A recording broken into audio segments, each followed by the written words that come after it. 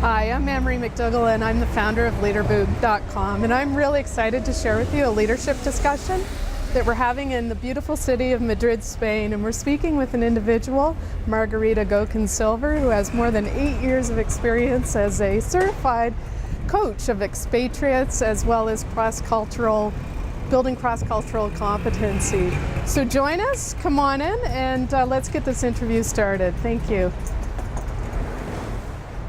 So welcome to the discussion we have today. I'm thrilled to have our guest, Margarita Gokun Silver, join us. Margarita has more than 8 years of experience as a certified expatriate and cross-cultural coach. And she's currently living in Spain, although she has lived in several continents. She has tremendous amount of knowledge on how to build your cross-cultural competency. If you're an emerging leader and you're looking to align global teams, having a sensitivity around different cultures, values, styles is very important, at least in my opinion, to building trust. So we're looking forward to this conversation today. Thank you for joining us. Welcome. Thank you. Thank you for having me. We're in the beautiful city of Madrid. I'm not sure if it's yeah. Gorgeous. How long have you lived here? Not really that long. Under a year. About 8-9 months now. Yeah. About 8 or 9 months. Yeah. And your Spanish is perfect. It's at least sounds very good. My Spanish is good, but I learned it in Argentina, so my Spanish carries a very strong Argentine accent still, which is fine, but everyone in the street knows that. Yeah. Okay. Interesting. Yeah. Can you tell us and provide the audience with a little bit of your background, Margarita? Sure. Well, I was born in a country that no longer exists, and that would be the Soviet Union in Moscow, and left when I was 20 to go to the United States, and there, studied, went to Yale, studied international public health, worked in international development afterwards, and then just by the stroke of luck, my husband got a job that has him travel around the world, so I started traveling with him, and of course, when you are in a country for 2 to 3 years, sometimes it's not that easy, or it's not easy at all to find an outside economy job. So I started thinking of, okay, what can I do that I can take with me? And because I grew up in a very closed up society where, interaction with foreigners was not allowed, we never even saw foreigners, it kind of fascinated me to see different cultures. It always fascinated me to know different cultures, to see different cultures, to engage with different cultures. And so I thought, okay, well, maybe I can do something there. And then I met, when we were living in Buenos Aires, actually, met a life coach, and I didn't know what that was. But I learned about it, and I said, that would be fun. So got trained, got certified, and chose my niche as expatriate and cross-culturals just because I felt really comfortable in it. I loved the diversity. I love differences, just fascinate me. And I thought, well, why not help others love it as much as I do, those that travel and work in other countries. So that's sort of quick summary of how I got where I am. Can you talk to, from your diverse experiences, and you also have a group of trainers that actually execute coaching in different countries. Some of the core learnings that you have observed on diversity and the value of being flexible or open-minded to learning different styles within people? Well, it seems like a no-brainer, and that when you are in Rome, do as the Romans do, right? But we all laugh about it and we say, okay, maybe we have espresso, or maybe we kiss on both cheeks, which is also important. And at the same time, I think it's important to look beyond or below the surface as to what is the culture there, because they talk about culture as icebergs. So what you can see on top is what you're seeing people dress with, the way they greet each other or the way they hold meetings. But underneath that is the values and beliefs that you don't often see, and a lot of people just ignore. And I think what's important is that to interpret people you work with, to try to understand what is really important to them, what are the values, what are the beliefs, and to go from there. that's the only way you can succeed in leading a team outside your country, or a diverse team when you have different people from different cultures, is actually knowing what's important to those people and helping them get there. Why is it important to know that? Why is it important to know those values and beliefs and not skip that aspect to the individual? Well, I think a true leader meets the person where that person is and then leads them, rather than overwrites who that person is. And meeting the person where they are is actually meeting what's important to them. It's meeting their values, meeting their beliefs, understanding what they thrive to in life, understanding what makes them tick, what makes them happy, because if you have an unhappy person, they're not going to work really well. So that's, it's incredibly important. In coaching, we talk about values, and that's basically what we're talking about. We're talking about what are the values of this individual, what are their intention in life, what do they want out of life, and looking at that will help you lead that person, because that person will be respected, will be understood, and will feel respected and understood. And that's a lot of times something that doesn't happen. Like I've observed with many expat managers, they have trouble having that understanding and actually helping people honor their values. Interesting. And that's what a leader does. Is that sort of a new challenge that's being experienced by expatriates, and or is it a common challenge, and or are expatriates becoming more competent these days? I think that's what it is. I think it's always been there. We just never paid attention to it. Okay. And I think with the advent of actually paying attention to a human being and what the human being is made out of, we're beginning to understand that values are one of the most important things, and helping somebody honoring their values is what gets you to the ultimate success. So I think it's always been around. It's just recently that people started talking about it. How would you describe cultural competency? How would you define that from your experience?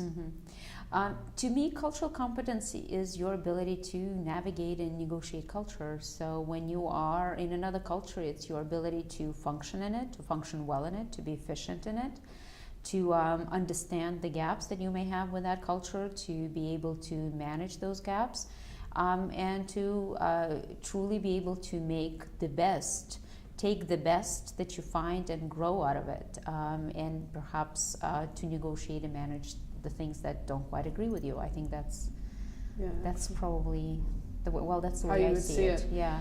So that's excellent. So when we talk about your cultural competency and as you build it, then as we were having brief discussion earlier, is on how your tolerance level builds, or you become more open-minded. Can you talk a little bit about that? I think as you go through life and as you go through different international experiences and different cultures, I think what you do is you become different. I mean, obviously you learn, you grow.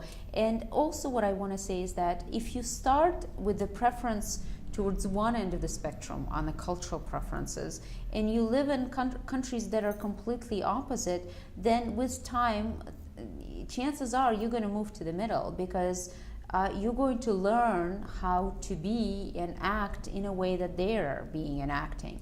So what the important thing to remember here is that culture is not static. Your culture is not static. Your cultural preferences are not static. They will change as time goes by, especially and most likely as you travel around and experience other cultures. Now, if you're living in one town all your life, it's probably not going to happen. But with experience and with exposure, you're probably going to change as well. So you can never, you can take an assessment, a cultural assessment, and to see your preferences, and then 5 years from then, you can take it and you'll see that you're a little different.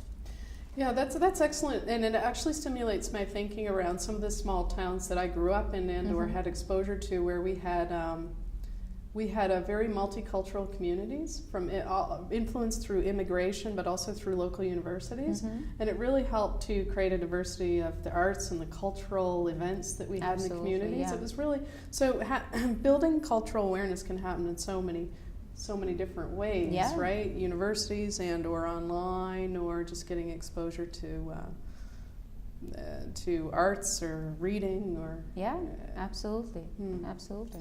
Maybe we should back up a little bit Sure. and talk about what expatriate means. Okay. For viewers who may not be familiar with that term. Sure. Well, it's funny. If you look at the dictionary, I think it means maybe something different that I'm thinking of.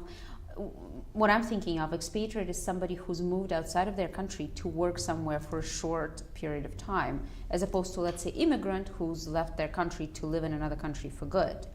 So expatriate is always thinking that I may come back. That's my definition anyway. But in classical sense of that word, I think at this particular point in time, expatriate is somebody who has been brought by his or her company to work in another country, either within not the headquarters of that country, but within the office that the company is running in that country, or to open the office, or even on their own. They come, you have teachers coming, living in other countries on their own. They're also expatriates. So people coming from another country, working in another country, I'm thinking that's, right. That expatriates. Yeah. No, that's great. Thanks for sharing that. Can you explain a little bit about what culture shock means for you and through your observation, and also how an individual who may be listening to this session might anticipate what some culture shock experiences might look like? Sure.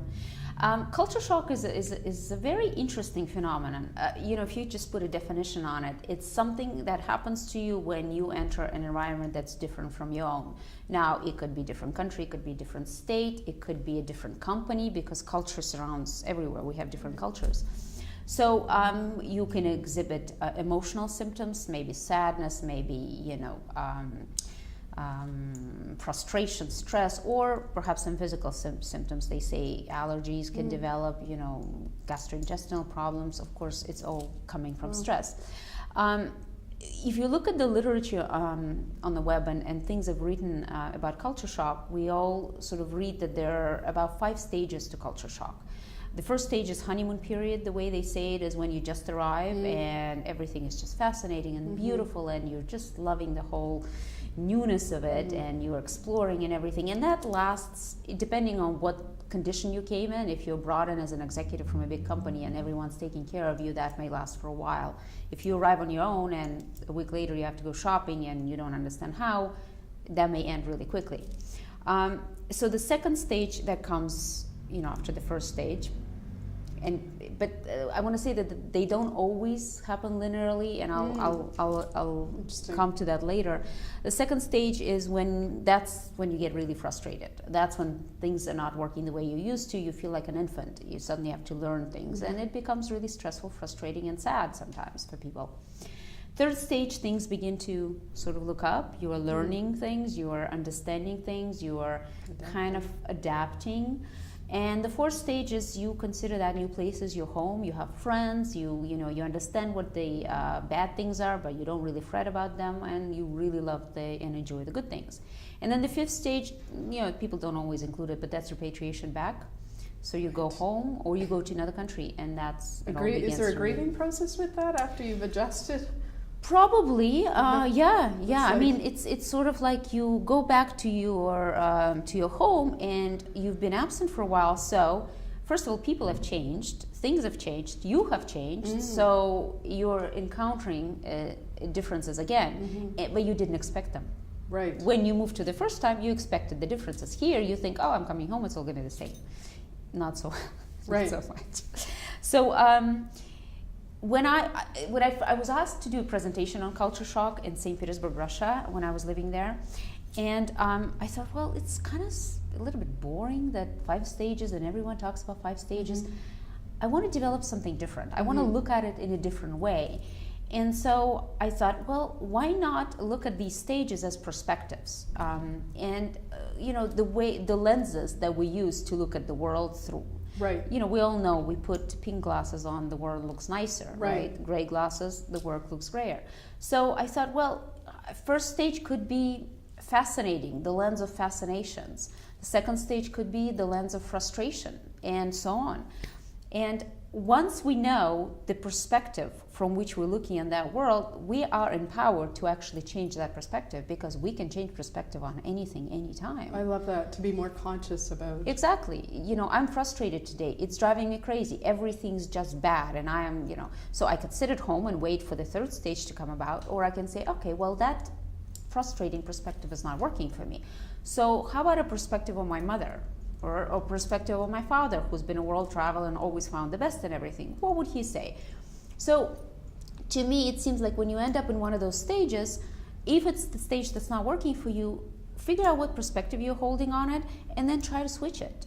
Find another pair of glasses to put on and look at the world through, because that will empower you.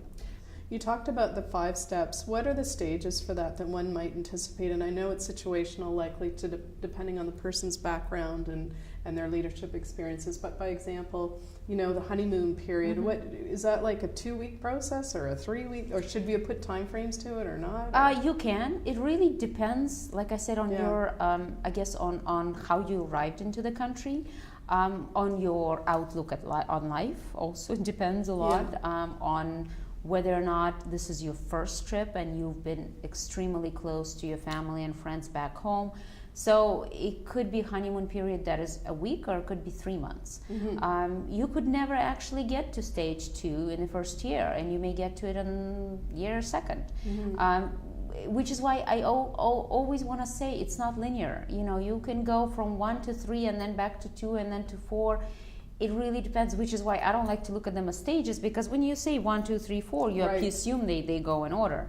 I like to look at them as perspectives. Just really recognize what perspective you're holding on living in a new culture, on your relationship with a new culture. Because to me, it's almost like a relationship with a human being. You are relating to an energy of another culture.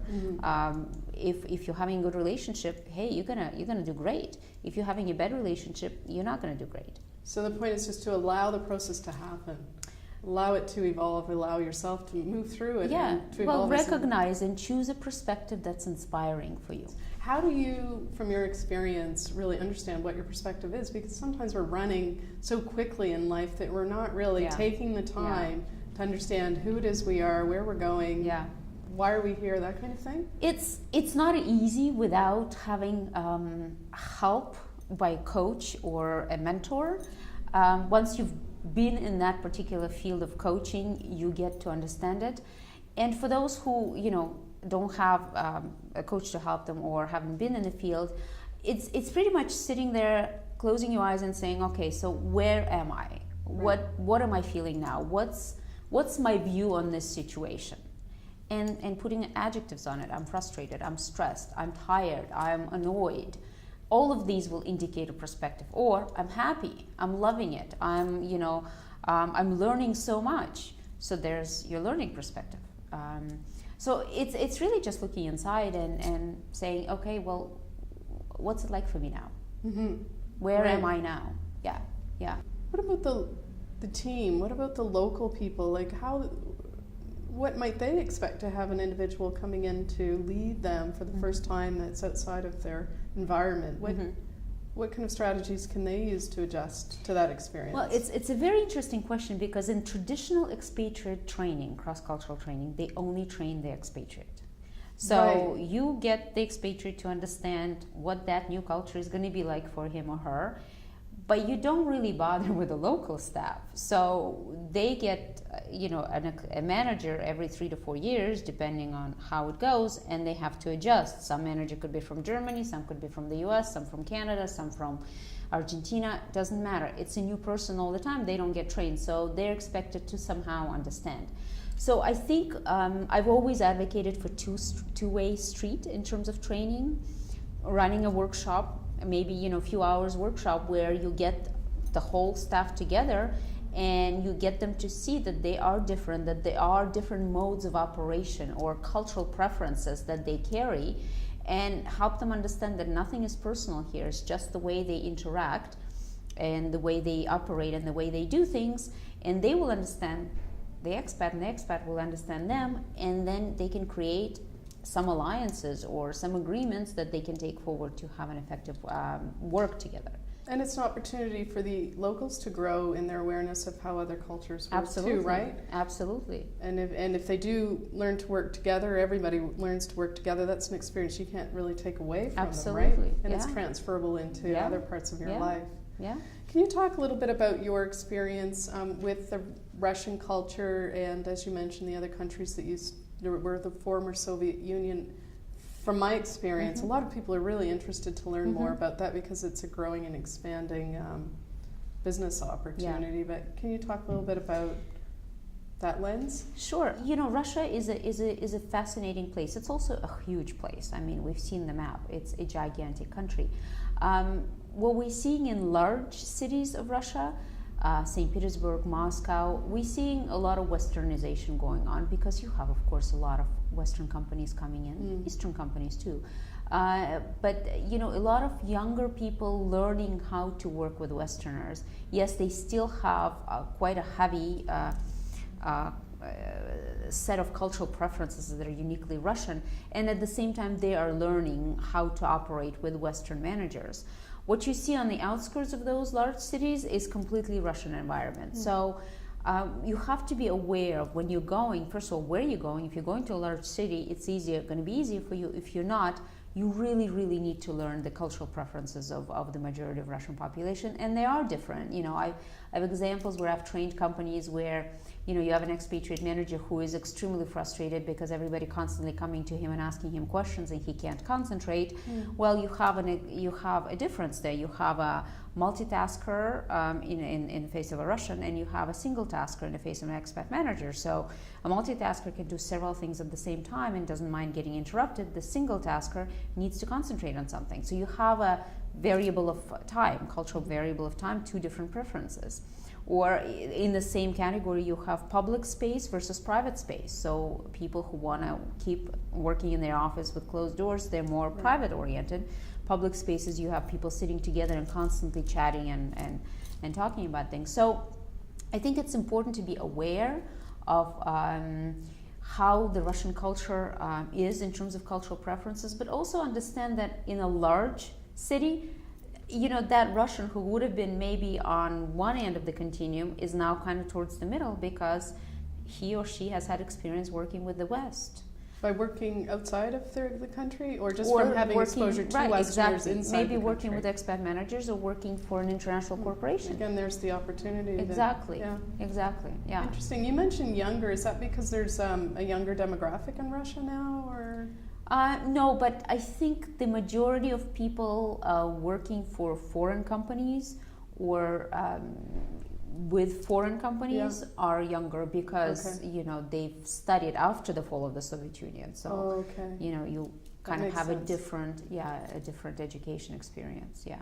Can you also provide us with an example where maybe of your experience of coaching an expatriate and how their awareness of cross cultures had improved and how it helped them in their ability to lead as an individual, but also to integrate in another culture? Yeah.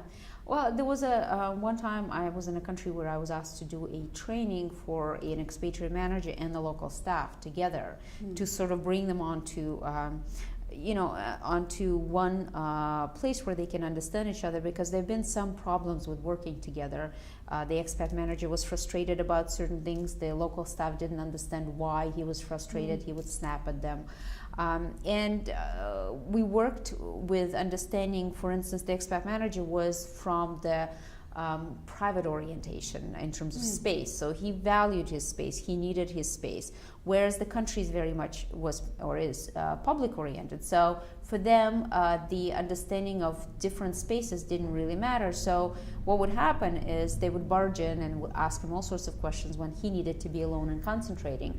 Another variable that was part of it is multitasking versus single tasking.